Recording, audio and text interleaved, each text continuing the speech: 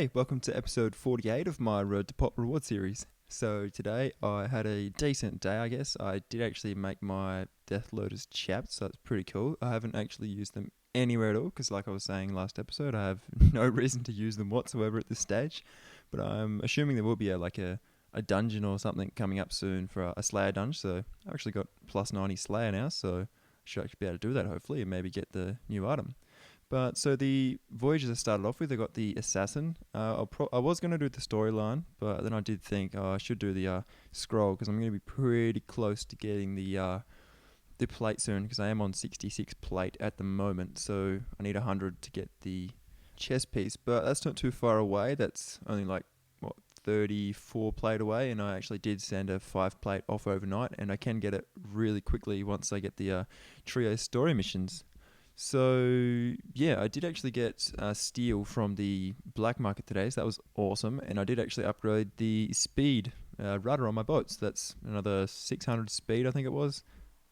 So that's amazing, and yeah, that cuts a lot of speed off the voyages, because I actually struggled to get the minimum speed. Now it's crazy.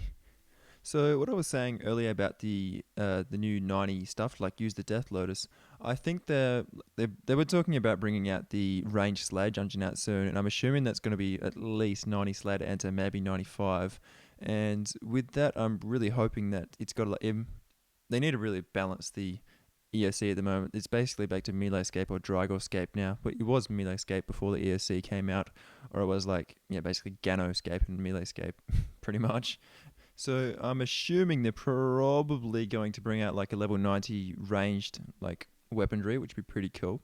These Dragos are just taking over RuneScape. Everything I can melee every task, and since I'm trying to get my cow fight task back at the moment, I'm just meleeing every task, trying to get the cow fight task back again. It's weak to range. I'll just use Dragos. I don't even need a bank. I just go straight back into Curative Dungeon if it's there. So I bring 2 overloads, an extra Titan and stuff like that to the Slayer task. So I'm really hoping that they sort it out really good. Not the same as Cowfight King. I hope they make it a bit different. Maybe you have to duo the boss or something, and you have to be on the Slayer task to kill it, and you have to use this weapon, or something in a range where it's you can't. I don't know, where it's you have a set amount of stuff that you use and you can't go over it. You have to use this level of armor, you can't use this, you can't use below. So it keeps the low levels out. It keeps the rich people just using all the best stuff and just speed killing everything. It'd be good in my opinion, but I don't know if you guys have some comments on that. That'd be pretty cool. I'm pretty excited for when that comes out actually.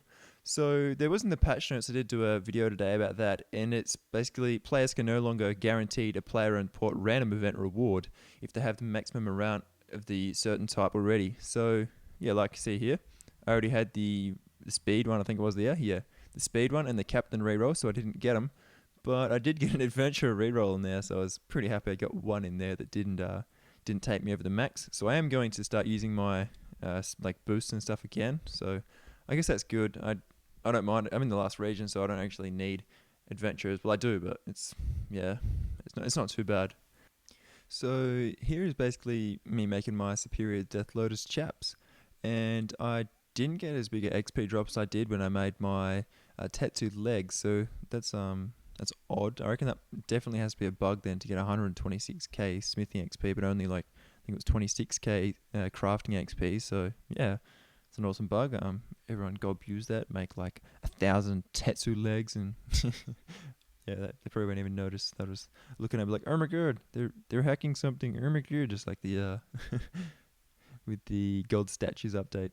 So the stats aren't that good compared to Pernix chaps. They are a little bit better, obviously, with the exponential armor rating and life boost and stuff like that.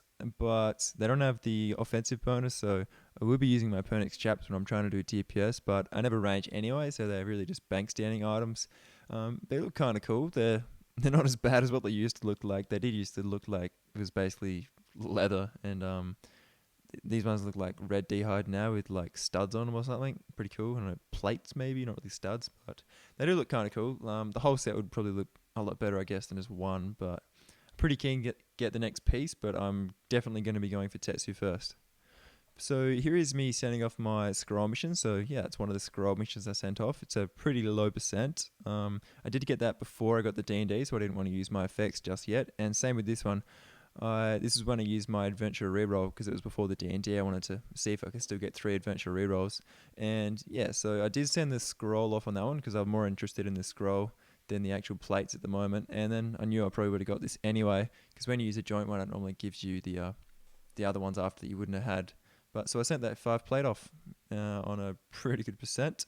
But anyway, that's it for today's episode, guys. See you tomorrow. Have a good one.